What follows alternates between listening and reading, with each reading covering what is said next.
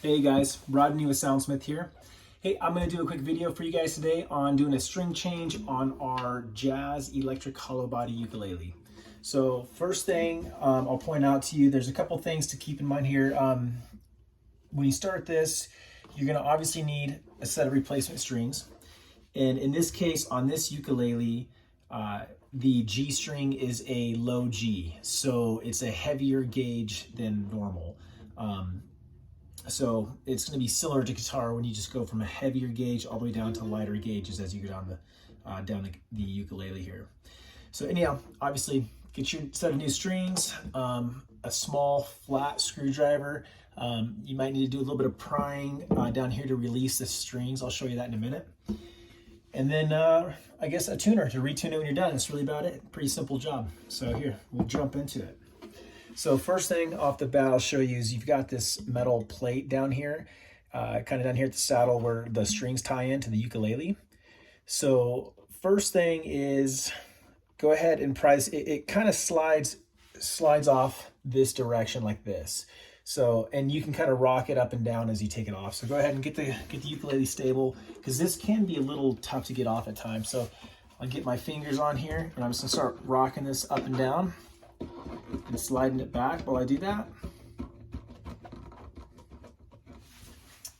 And then where I can push like this, I can just slide it right off.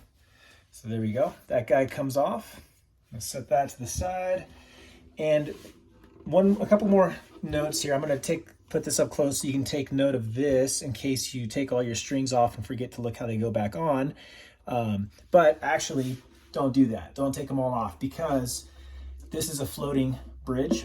And if you take all your strings off at once, your bridge is going to fall out and you're going to have to remeasure and reset your intonation, which isn't that big of a deal. It's not that hard to do, but why do it if you don't have to?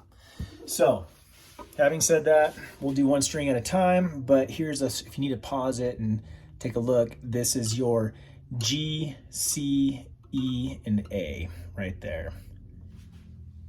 All right, and actually, pry tool, this comes into play right here. Sometimes these things are gonna be crimped down. You might have to get under these and work those up a little bit, like this one here, so that you can, I've done most of these off camera, but to show you, you can get that in here and just kind of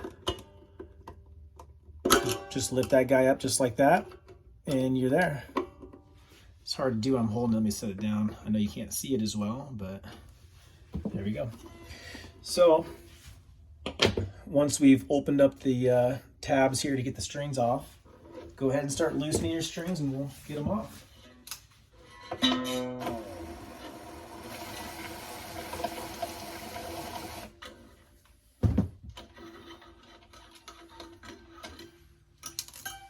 All right. And like I said, the G string is a low G. So make sure you get that correct when you put these back on.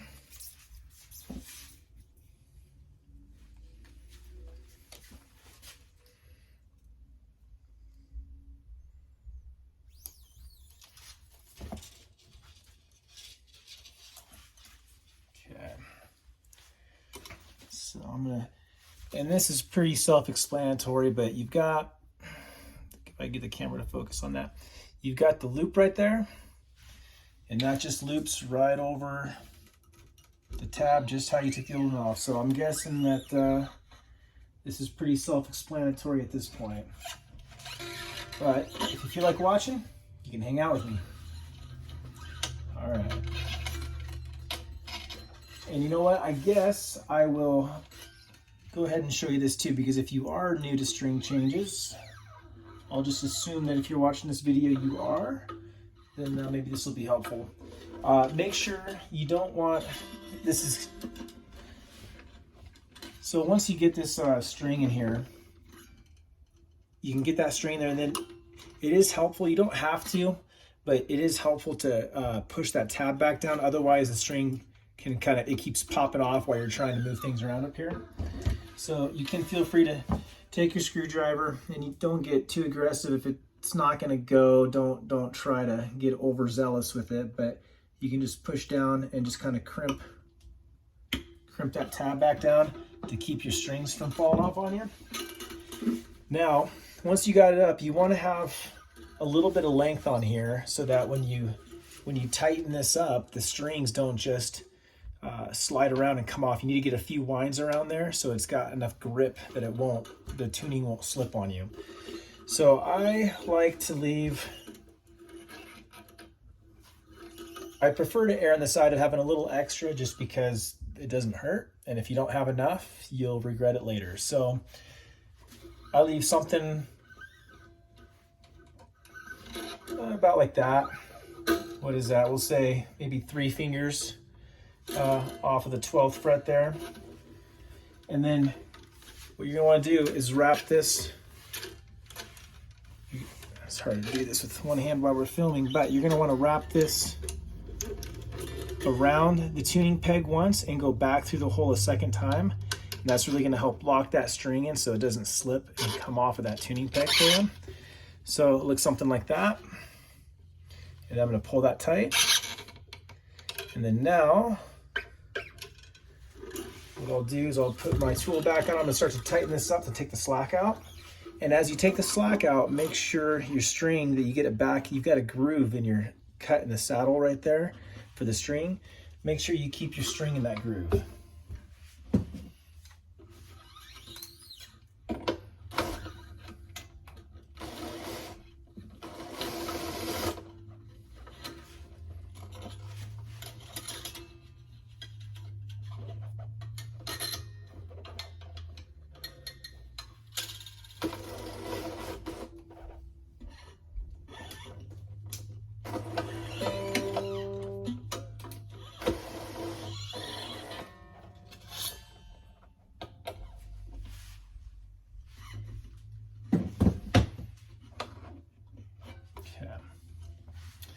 So with my first string on, it'll look just like this. I've got a back in here. I've got that crimped down. I'm in the cut in my saddle for the G. And then I'm also up here. And make sure you're in the cut and the groove for your G up here in the nut. And then I've got it wrapped around a few winds up here and pulled tight. I've got this through twice and I am ready to cut that off.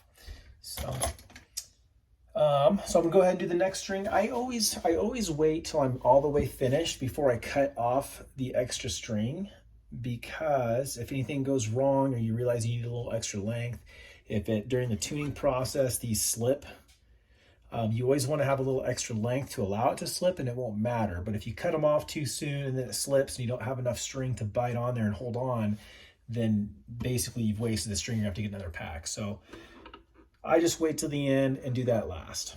So, and basically this process is just rinse and repeat for the rest of the strings. So feel free to jump ahead of me, but if you want to hang out, let's hang out and change more strings.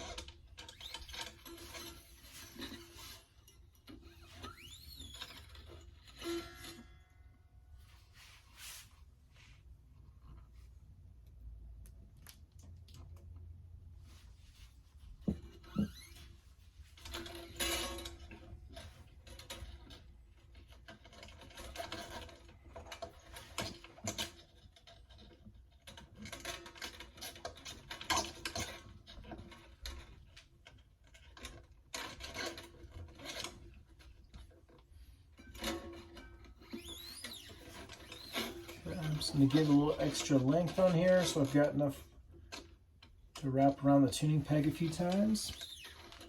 Hold that right there.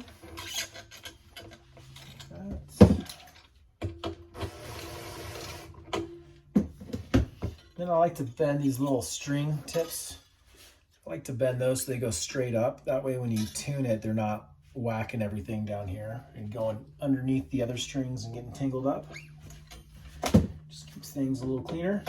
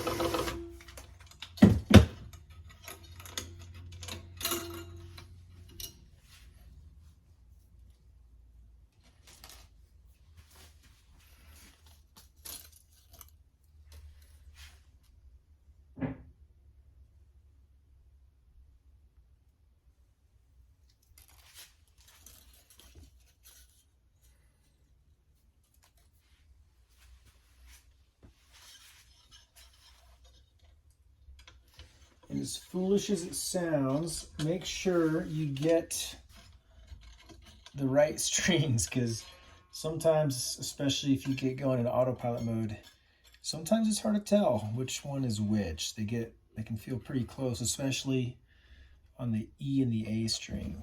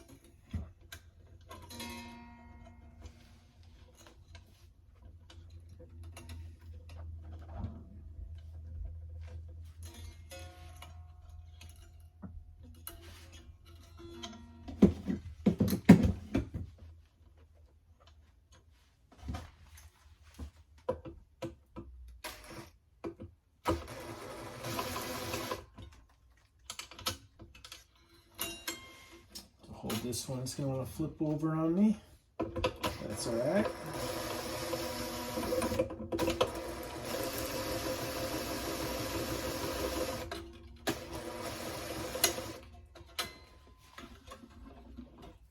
And then one thing to keep in mind, so right now this is nice and loose, but you don't want to watch it because sometimes you're doing this, you'll have something like that, right, where the string wants to get flipped over in a spot where it's not supposed to be. So just keep an eye on it so you can just pull it right up where it needs to go. Once the string starts to tighten up a little bit, that won't be a problem. But when you're first getting them started, sometimes they'll want to jump around on you.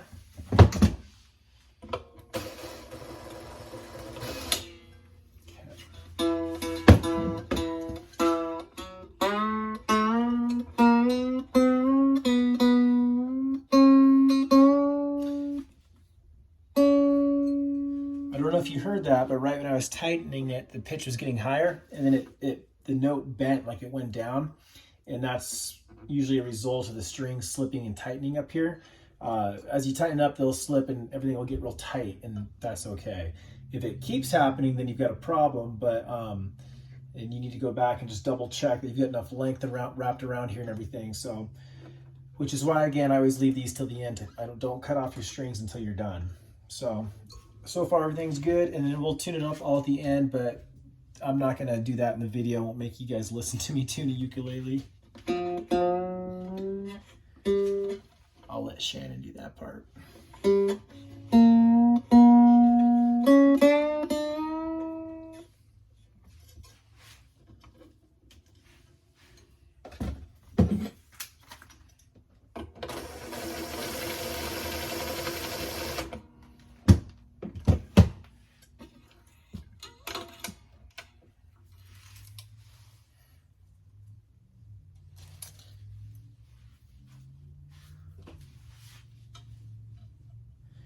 I suppose it might be worth mentioning too, again, I'm going to assume you guys are new to changing strings. I set that down so I don't lose that string.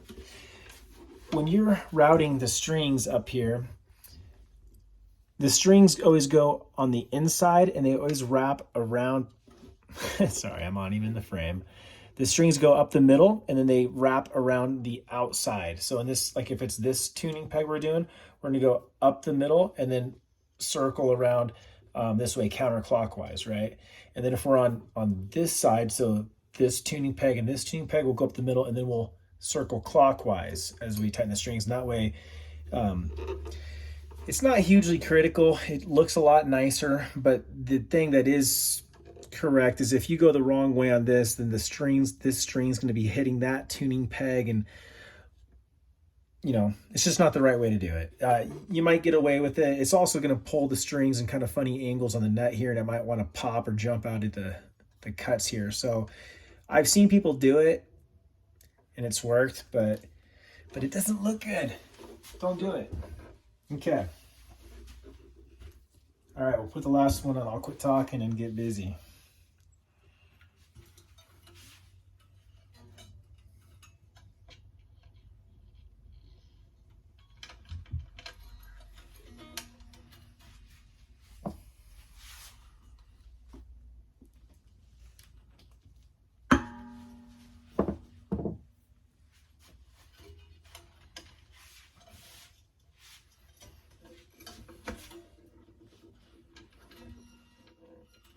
So again, I'm going to go wrap around this thing clockwise. I'm going to put my tail through here again for the second pass through to kind of lock the string down so it doesn't want to move on me. And before I cinch that tight, I'm just going to hold on to the strings so they don't pop out on me, and I'm going to pull some length out, because remember, I want to get a couple fingers of length in here, right? So I want to get a little bit of slack so I have enough to wind around the tuning peg and take up that slack.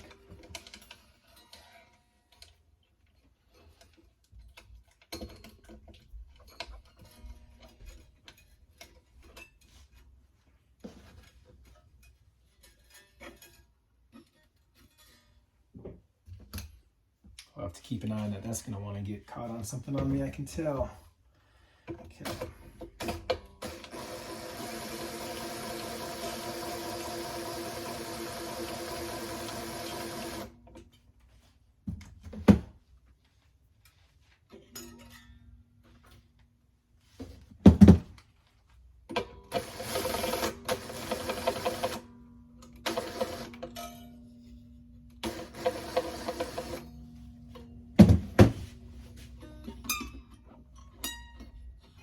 Okay. So that's it. Got all my strings in the saddles here. I replaced them on the same hooks down here. Everything is in its cut on the nut. I've got some extra length, but I haven't cut them off yet. Again, we'll tune it first, and then the last tool I didn't show you, I guess, is some wire cutters, but just take some snips or wire cutters, and you can cut this extra length off. And I guess the last step beyond that is putting this back on. So pretty much it goes on the way it came off, but the easiest thing I think is to get the underside, and you've got these ridges right here, right? So I can't tell if you guys can see that or not. You got these ridges right here on both sides. I'd get those on the outside of the ukulele and get them on the edge first. I don't think, I wouldn't try to put it on like this all at once. It's going to be hard to do that. I would get down at the bottom, just get your edges on so that it's on like this. Just get it started, and you can put a thumb up there. You can grab the bottom of this thing and just slide it up. And there it goes. It goes on real easy that way. Kind of just the opposite of how we took it off, right? So there you go. That is restringing your jazz ukulele by Soundsmith. All right, thanks guys.